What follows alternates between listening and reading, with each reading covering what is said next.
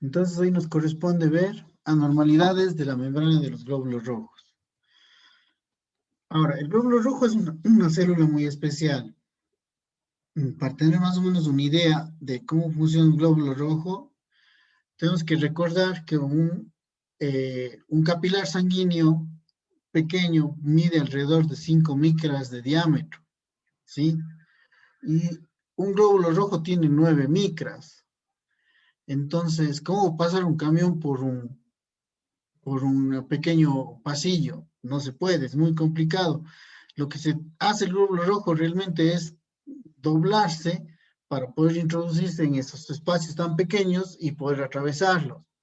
Entonces, es una función que tiene que ver mucho con la membrana, ¿no es cierto? La membrana tiene que ser flexible y permitir que el glóbulo rojo pueda introducirse en los espacios tan pequeños. La clave un poco de esto es el citoesqueleto que tiene el glóbulo rojo. Aquí podemos ver en esta imagen filamentos de actina, que ustedes saben que la actina tiene que ver con la contracción. Entonces, entendemos que este filamento de actina lo que va a hacer es permitir justamente que el glóbulo rojo pueda contraerse y doblarse. Ahora, hay una proteína que atraviesa o en paralelo toda la membrana del glóbulo rojo, que es de esta espectrina, que corresponde más o menos al 75% de toda la membrana del glóbulo rojo. ¿Sí? Y esta espectrina, como pueden ver, tiene varios puntos en los cuales se va a anclar a la membrana citoplasmática. Y las proteínas que van a involucrarse en este proceso, por ejemplo, por un lado está la banda 3, proteína banda 3, la proteína 4.2 y la anquirina, que todas estas se unen con la espectrina, ¿sí? Esta nosotros le conocemos como una unión vertical, y como ustedes pueden ver, tiene que ver con la esferocitosis hereditaria. Ahora, la espectrina, por otro lado, se junta con la proteína 4.1 y con la glicoforina C, que es la proteína que está aquí embebida en la membrana. Sí, estas, en cambio, tienen o forman una unión de tipo horizontal que la conocemos con el nombre de eliptocitosis hereditaria. Entonces, resumiendo en esta tabla, podemos ver que la deficiencia de espectrina, anquirina, banda 3 o proteína 4.2 básicamente nos va a producir esferocitosis hereditaria. Y que la deficiencia de espectrina, banda 4, proteína 4.1, la glicoforina C, nos va a dar más bien una eliptocitosis hereditaria.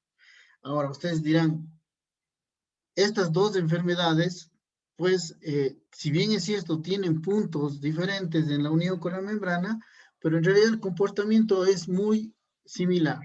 Las manifestaciones clínicas son similares, el diagnóstico es prácticamente el mismo, con algunas pequeñas diferencias que hacen entonces al final lo que nosotros diagnosticamos muchas veces es una presunción diagnóstica de esferocitosis o esteliptocitosis hereditaria.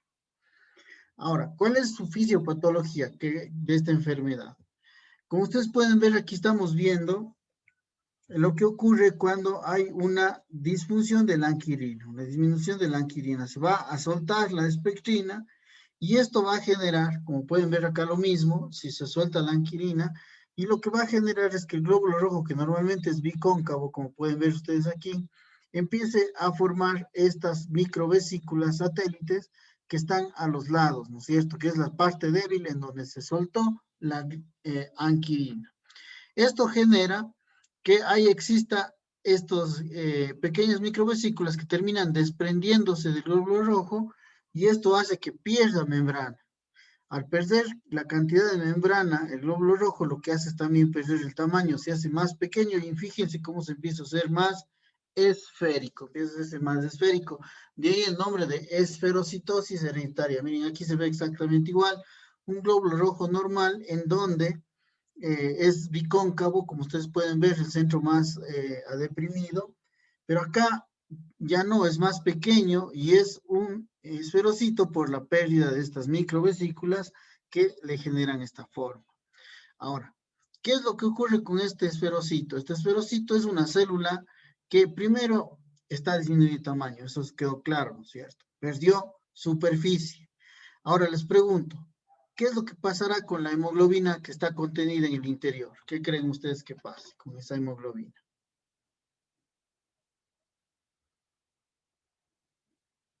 ¿Qué dicen?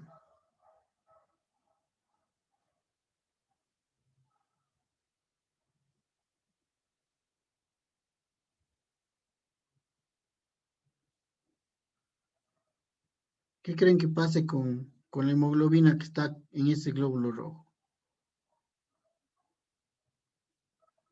¿Es liberado? ¿No? Va a ¿Se estar perderá o no disminuida. se pierde? Sí. ¿Qué Va a creen? disminuirse.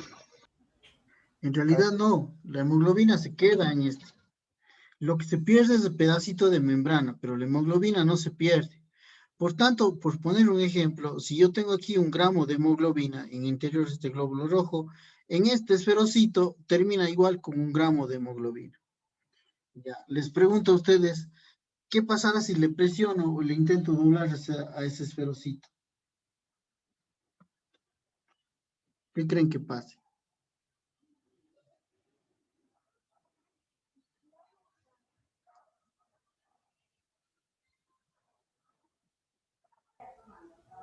Sí, al esferocito lo presiona, dice, ¿no? Sí, si le tratamos de doblar, que es lo Entonces, normal que trate ese doble, ¿no? entonces la hemoglobina tratará de equiparar las dos partes. Lo que pasa es que se rompe, ¿no? Se rompe más fácilmente. Se imaginen que ustedes tienen un globo con agua hinchado a su máxima capacidad y le aplastan. ¿No es cierto? Se va a reventar, pues, y simplemente se destruye. Y eso es lo que pasa, ¿no? Son como pequeñas municiones, pequeñas balas con alta concentración en su interior que son muy frágiles en realidad. Se pueden romper con facilidad. Ahora, estos esferocitos, por esta situación que pueden romperse con facilidad, son eliminados de la circulación por los macrófagos. Es decir, en el vaso llega este microcito, llega este esferocito y finalmente es eliminado por el macrófago. ¿Cuál será la manifestación clínica que van a tener estos pacientes por esta situación? Que sean destruidos en el vaso. Esplenomegalia. Esplenomegalia, correcto. Vamos a tener esplenomegalia en estos pacientes, ¿sí? Entonces es muy importante que tengamos en cuenta este aspecto. Ahora, esto es una interacción aberrante entre la membrana de lípidos y el citoesqueleto. Recuerden que la interacción vertical se llama esferocitosis, pero la interacción horizontal se llama eliptocitosis. Es prácticamente igual. Aquí en vez de que se suelte este punto, lo que se va a soltar es aquí a nivel de la banda 4.1, la actina y la glicoforina C de la espectrina. Entonces, lo que va a ocurrir es exactamente igual. Se van a perder segmentos de membrana a través de microvesículas, solo que la forma del glóbulo rojo no va a ser una esfera, sino va a ser un eliptocito, una forma elíptica, ¿sí? Entonces, vamos que es exactamente igual el comportamiento de las dos enfermedades, ¿sí? ¿Y por qué se produce? Hay múltiples defectos genéticos que van a producirse o que van a sumarse para que se produzcan estas alteraciones de la membrana del glóbulo rojo. Ok, dicho esto, ¿cuáles serán las manifestaciones clínicas que tienen los pacientes? ¿Qué vamos a encontrar? Esplenomegalia, Esplenomegalia, ¿qué más? tal vez ictericia, Ictericia, correcto, porque se están destruyendo glóbulos rojos. ¿Qué más? hemoglobinuria Muy poco, casi no tenemos hemoglobinuria. Recuerden que la hemólisis es más y extravascular. entonces, hemólisis también. ¿Lo podemos ver en Claro, sangre? o sea, incremento de la deshidrogenasa láctica en laboratorio, si quieren ustedes, y vamos a encontrar anemia, pues, sí, anemia. Eso en teoría, no, pero fíjense, la mayor parte son asintomáticos. Recuerden que nosotros tenemos un estado que se llama hemólisis compensada. El paciente entonces desarrolla normalmente, crece de niño a la edad adulta con este problema sin mayores inconvenientes, porque hay una hemólisis compensada. Su médula ósea está trabajando 3, 4 o más veces para mantener niveles de hemoglobina digamos, aceptables, ¿no es cierto? Sin anemia, como ustedes pueden ver aquí. Sin embargo, la rotura de los glóbulos rojos es desde la infancia. Todo el tiempo el paciente va a estar produciendo bilirrubina en exceso. Este incremento de la bilirrubina es depositado, obviamente, en la vesícula biliar, y los pacientes de manera muy joven hacen cálculos a nivel de la vesícula. Es decir, van a tener cálculos biliares ya desde los, digamos, 20 años de edad aproximadamente. Son muy jóvenes, entonces ya tienen cálculos biliares. Digo, el caso más, yo tengo una paciente, tiene ella 14 años y recién se operó de la vesícula por este problema, ¿no? Ahora, puede haber anemia, claro, no necesariamente son asintomáticos, puede haber anemia leve con ictericia y esplenomegalia que ustedes habían mencionado previamente, sí, pero también puede haber anemia severa. Ahora, la anemia severa no es la regla, la anemia severa ocurre cuando existe, por ejemplo, una crisis aplástica. ¿Qué es esto? Infección por parvovirus B19. Este parvovirus B19 es un virus que le encanta infectar a los progenitores de los glóbulos rojos. Miren cómo este proeritroblasto tiene su membrana, su citoplasma lleno de vacuolas debido a la carga de virus que tiene en su interior. Esta célula pues simplemente se destruye por efecto del virus. Al perder el paciente progenitores, vamos a tener entonces una ausencia de trabajo de la médula ósea y se produce lo que se llama crisis aplásica secundaria parvovirus B19. También podemos tener periodos de crisis hiperhemolítica, es decir, existe una hemólisis incrementada y usualmente se ve en el contexto de infecciones. Por ejemplo, un paciente que haga infección urinaria, que haga una neumonía, que haga un resfrío común muy fuerte, puede también tener un incremento en la cantidad de glóbulos rojos que se destruyen, lo que lleva a tener anemia severa. Y finalmente la crisis megaloblástica. ¿Qué es esto de la crisis megaloblástica? Los pacientes consumen gran cantidad de ácido fólico. La médula ósea está trabajando aumentada en su trabajo y eso genera que se consuma mayor cantidad de ácido fólico. Al consumirse mayor cantidad de ácido fólico, pues simplemente se llega al punto de la anemia megaloblástica, es decir, deficiencia de ácido fólico, y el paciente hace estas crisis de anemia severa o llamada también crisis megaloblástica, ¿sí? Por deficiencia de ácido fólico. Puede haber úlceras en las extremidades inferiores y esto se produce por hipoxia severa y por depósito de hemosiderina a nivel de las piernas. Puede haber una hematopoiesis extramedular, esto es interesante. Como la médula ósea está incrementada en su trabajo para tratar de compensar esta disminución de células sanguíneas, lo que hace es que se activan otros focos que normalmente servían para la hemólisis durante el periodo prenatal. Entonces vamos a tener que el hígado empieza a formar células sanguíneas, el vaso empieza a formar células sanguíneas y así otros lugares formando verdaderos tumores de hematopoiesis, pseudotumor, como dice aquí, ¿sí? Que se producen en estos pacientes. Y esto también es llamativo en los maxilares. Existe una hiperplasia maxilar. Esta hiperplasia lo que va a terminar produciendo es alteraciones en la dentición de estos niños, ¿no? O sea, alteración en la dentición debido a esta hiperplasia maxilar. No sé si tienen alguna pregunta hasta aquí. Doctor, ¿las úlceras en las piernas se producen por el déficit o la crisis megaloblástica? No, bueno, generalmente en pacientes que tienen anemia de leve, moderada, severa, por la hipoxia que tienen los pacientes. Recuerden que las piernas es el lugar donde más presión tenemos y la circulación es más lenta. Al haber menos oxígeno, producimos este problema. Muy bien. Finalmente, ¿cómo hacemos el diagnóstico? Verán, el fenotipo de paciente con este tipo de enfermedades usualmente es un adolescente, ¿sí?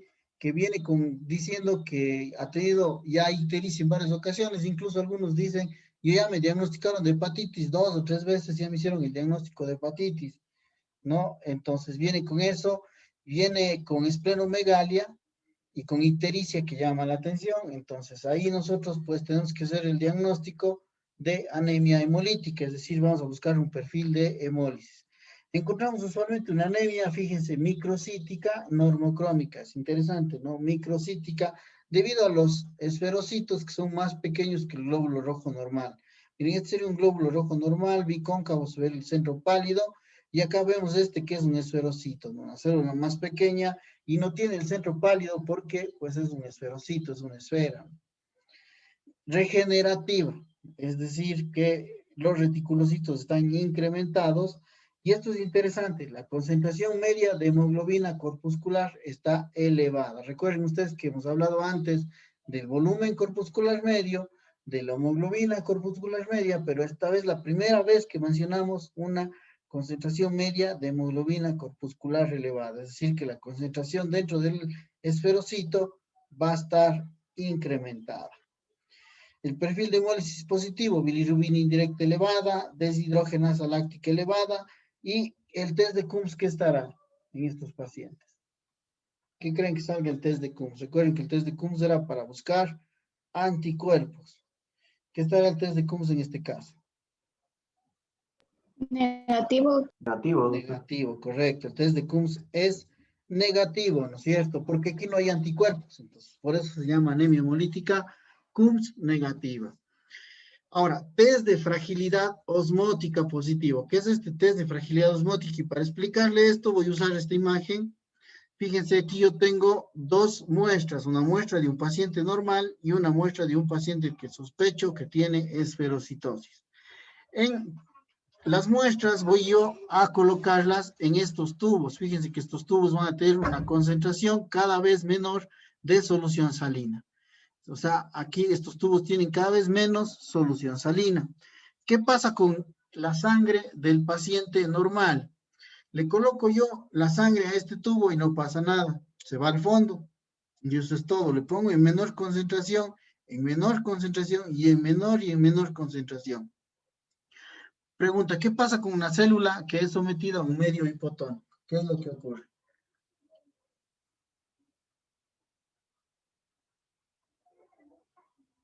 Doctor, Se infla.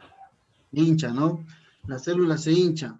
Ahora, fíjense, seguramente la célula cada vez que va pasando de un lugar a otro lugar que tiene menos concentración se hace mucho más grande. ¿Qué pasó finalmente aquí?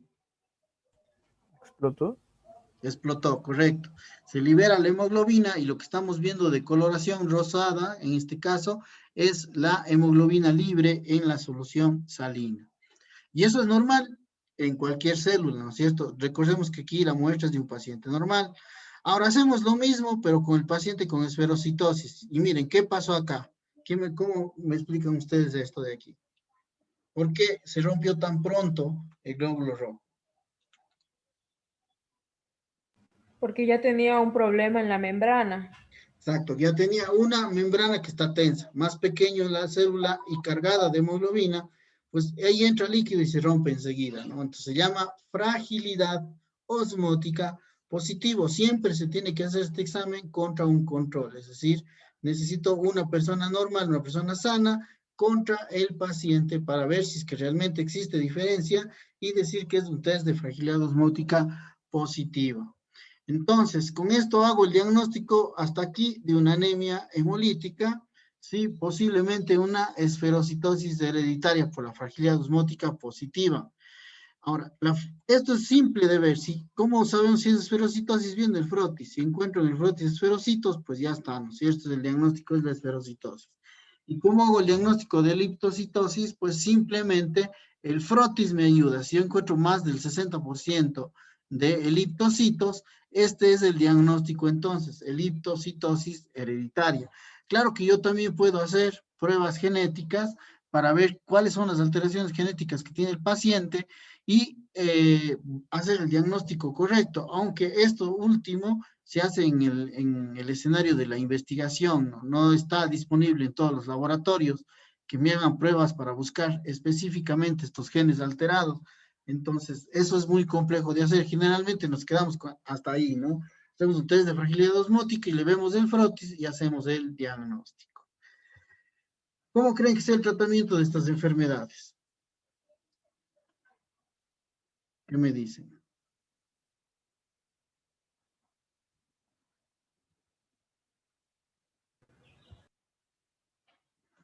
¿Cómo haremos el diagnóstico de estas enfermedades? ¿Alguna idea? Digo, el tratamiento. Doctor, debido a que el problema en gran parte es causado por la forma de los glóbulos rojos, no sé, tal vez un trasplante de médula, pero sería demasiado extremo. Sí, sí O sería extremo. Considerando que la Suplementos, mayoría son asintomáticos, un suplemento de ácido fólico. eso, ¿no? Exactamente. Ácido fólico es lo que necesitan los pacientes. ¿Por qué? Porque ellos están consumiendo más ácido fólico. Tienen un incremento en las necesidades de ácido fólico y no podemos nosotros de darle tratamiento a estos pacientes. Entonces, vamos a darle ácido fólico con la idea de que el paciente pues tenga su reserva necesaria para seguir produciendo células. Recuerden que la mayor parte son asintomáticos. Pero ¿qué pasa con los pacientes que tienen anemia hemolítica sintomática, que tienen cálculos biliares, porque hacen cálculos biliares con los años, que tienen un requerimiento transfusional alto y que tienen una pobre calidad de vida? En ellos puedo intentar hacer una esplenectomía. ¿Cuál es el principio de hacer la esplenectomía? Recuerden, ¿dónde se destruyen los glóbulos rojos? En el vaso. Si le saco el vaso, pues voy a tener, pues obviamente no tienen dónde destruirse y por tanto viven más tiempo los glóbulos rojos. Y en realidad funciona bastante bien en estos pacientes la esplenectomía y mejora todos estos problemas, hasta la calidad de vida. Ahora, les pregunto algo. ¿El vaso para qué sirve además de ser un cementerio de los glóbulos rojos?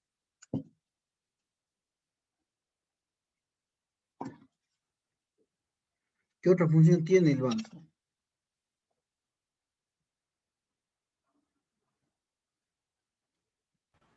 también por ahí, bueno, no sé, producción o por ahí pasan los glóbulos blancos.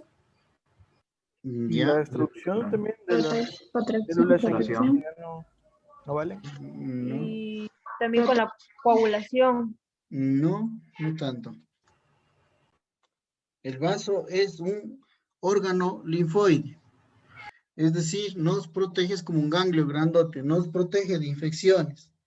Hay algunas bacterias, sobre todo las encapsuladas, por ejemplo, neumococo o Streptococcus pneumoniae, la salmonela, la shigella, el hemófilos influenza, son bacterias que son más frecuentes en pacientes con esplenectomía, que dan más problemas, ¿sí? Se ha visto que el riesgo de sepsis severa en un paciente con esplenectomía es 2 veces mayor a la población general. Es decir, que sí tienen más riesgo de infectarse. Entonces, la vacunación es una estrategia. Yo vacuno a esos pacientes contra hemófilos influenzae, contra el neumococo, y no posiblemente, perdón, y los pacientes van a igualarse a la población general. Entonces, disminuye muchísimo el riesgo de infección severa con la vacunación. Vamos, tiene sus indicaciones la esplenectomía, entonces, anemia sintomática, los que tienen cálculos biliares, requerimiento transfusional alto y pobre calidad de vida, son aquellos pacientes que se benefician de la esplenectomía. No Doctor, sé una si, pregunta. sí, Allí en la esplenectomía también se podría extirpar la vesícula biliar para que no se formaran los cálculos o no es necesario. si es que no tienen cálculos no es necesario, pero la mayoría sí. La mayoría sí tienen cálculos y se puede hacer lo que usted dice, en una sola cirugía, hacer los dos procedimientos, en un solo momento, ¿no? Sí se puede. Bueno, vamos con las anormalidades de la hemoglobina, ¿ok? Esto ya es otra patología diferente, también CUMS negativa, no tiene que ver con la formación de anticuerpos, pero antes de eso hay que conocerle un poquito a la hemoglobina. La hemoglobina es un tetrámero, ¿sí? Es decir, está formado por 2 pares de cadenas alfa y 2 pares de cadenas beta. Miren, tengo alfa 1, alfa 2, beta 1 y beta 2. Estas cadenas de globina son cadenas proteicas, ¿sí? Que van a tener una función muy importante porque aquí se va a anclar el grupo hemo. Como ustedes pueden ver, el grupo hemo es este pequeñito que se ve aquí, ¿sí?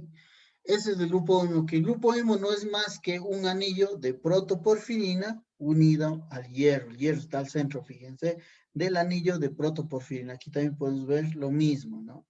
Entonces, ustedes saben bien que la función de la hemoglobina es el transporte del oxígeno. Tenemos 2 formas de hemoglobina, la hemoglobina oxidada, en donde está abierta estas cadenas de globina y permiten alojarle ahí al oxígeno. el oxígeno siempre va pegado al hierro. Fíjense cómo el grupo hemo permite al oxígeno unirse al grupo hierro en el centro de la cadena de globina.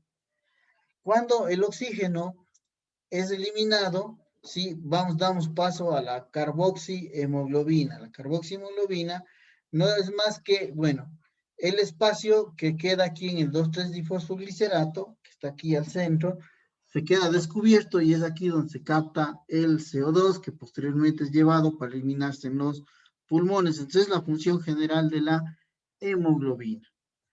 Ahora, ¿cuántas clases de hemoglobina encontramos nosotros en una persona normal? Encontramos 3 tipos de hemoglobina. El 98% corresponde a hemoglobina del adulto, hemoglobina A, que está formada por 2 cadenas alfa y 2 cadenas beta, que es la que acabamos de ver aquí, ¿no es cierto? 2 cadenas alfa y 2 cadenas beta. Pero también encontramos hemoglobina fetal, que corresponde al menos del 1% y está compuesta por 2 cadenas alfa y 2 cadenas gamma, ¿sí? Esa sería la hemoglobina fetal. Y tenemos una hemoglobina, una variante de la del adulto, que es la hemoglobina 2, que está formado por 2 cadenas alfa y 2 cadenas delta.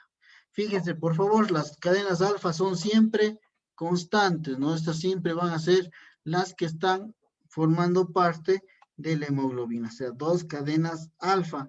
Mientras que las que varían son las cadenas beta, las gamma y las delta, son las que varían en estas 3. Ahora, ¿qué importancia tiene saber esto? Hay que saberlo para poder entender un poco la sintomatología de los pacientes. Fíjense, desde el nacimiento se van a producir las cadenas alfa. Aquí tenemos el periodo prenatal, en se saco vitelino, luego la hematopoiesis se produce en el hígado, luego en el vaso y finalmente en la médula ósea, que prácticamente es en la edad adulta, en donde toma la posta la médula ósea. Las cadenas alfa están desde el principio, desde la formación en el saco vitelino. Las cadenas gamma van a tener todo su tiempo en el periodo prenatal. Luego, justamente del nacimiento, empieza a disminuir hasta que prácticamente llega a ser menos del 1% a las 18 semanas de nacimiento, ¿sí? Ahora, las cadenas beta son cadenas que al inicio están muy disminuidas, pero justo después del nacimiento empieza un ascenso rápido de la cantidad de cadenas beta, hasta que a las 18 semanas ya vamos a tener una cantidad aproximada a lo normal de cadenas beta. Listo, entonces estas serían las cadenas de hemoglobina presentes en una persona adulta normal y los porcentajes. Recuerden que la mayor parte tienen hemoglobina A como dominante, 98% de casos prácticamente. Ahora, ¿cómo se clasifican las enfermedades de la hemoglobina? Las enfermedades de la hemoglobina se clasifican en 2 grupos. El primer grupo, defectos cualitativos. Es decir, los defectos van a ser de las cadenas de globina. Las cadenas alfa o las cadenas beta van a estar afectadas en un aminoácido. Y a esto se le conoce con el nombre de hemoglobinopatías. Nosotros tenemos 3 alteraciones principales de estas cadenas de polipéptidos, que es la hemoglobinopatía S, la hemoglobinopatía C, la hemoglobinopatía E, también existe la hemoglobinopatía D, es decir, también existe una más. De todas estas, la más importante y más frecuente es la hemoglobinopatía S, que es la que vamos a estudiar en estas clases, ¿ok?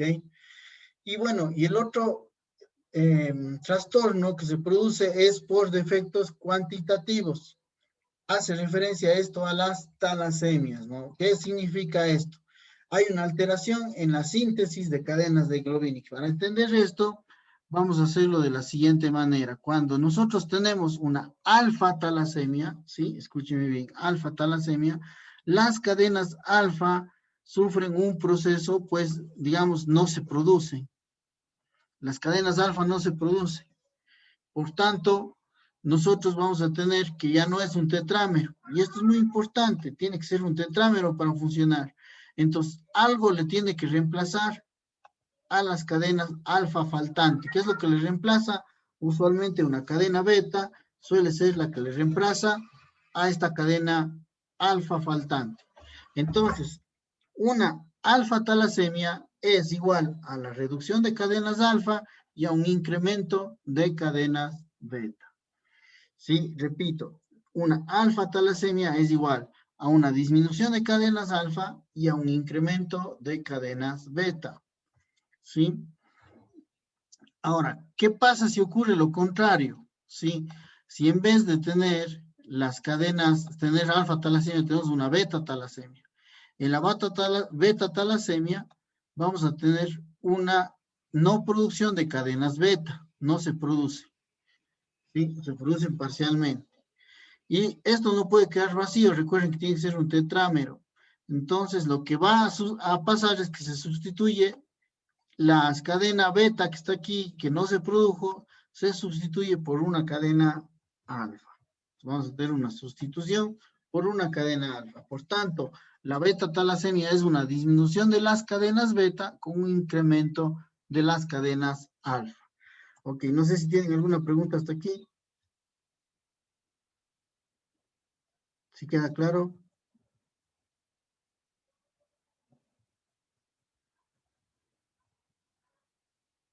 Sí está todo claro, ¿verdad? Sí, doctor. Sí. Ya, ahora fíjense algo interesante. La hemoglobina normalmente tiene que ser líquida, ¿sí? Porque el glóbulo rojo necesita enrollarse. Estos trastornos de las hemoglobinas, ¿sí? Tanto cualitativos como cuantitativos, van a producir una hemoglobina inestable. Esta hemoglobina inestable ya no es líquida, es sólida. Entonces, hagan de cuenta que ustedes tienen un globo de agua, sí, que está llenado a su máxima capacidad, y en el cual ustedes van a encontrar agujas en el interior. ¿Qué es lo que va a pasar si se dobla? Pues se rompe, ¿no? Se rompe fácilmente debido a la presencia de estas hemoglobinas inestables.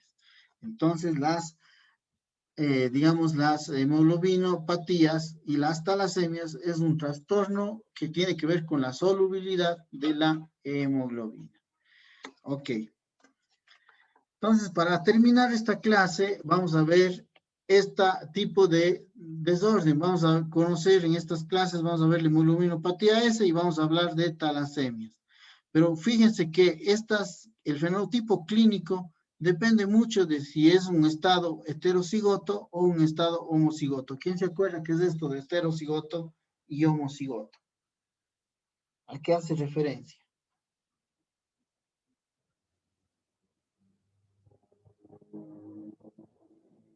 ¿Quién se acuerda?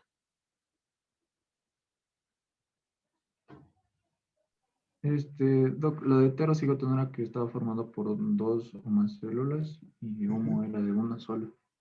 Bueno, más o menos. Algo así. Para hablar de heterocigoto y homocigoto hay que acordarnos de los cromosomas.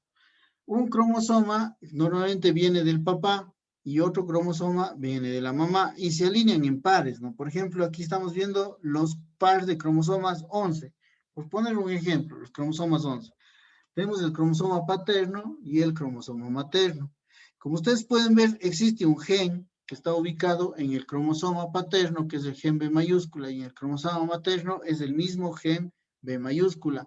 Entonces, ¿qué significa homocigoto? Significa que tenemos dos genes iguales en los cromosomas homólogos, ¿sí? Cromosomas homólogos. Recuerden que ambos son cromosoma 11, uno del papá y otro de la mamá. Entonces, cromosoma homólogo. ¿Qué significa ser heterocigoto?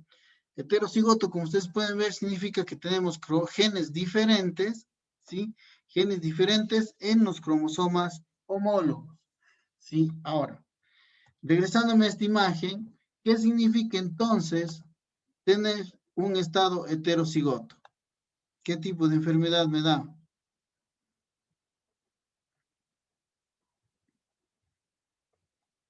¿Qué tipo de enfermedad produce un estado heterocigoto?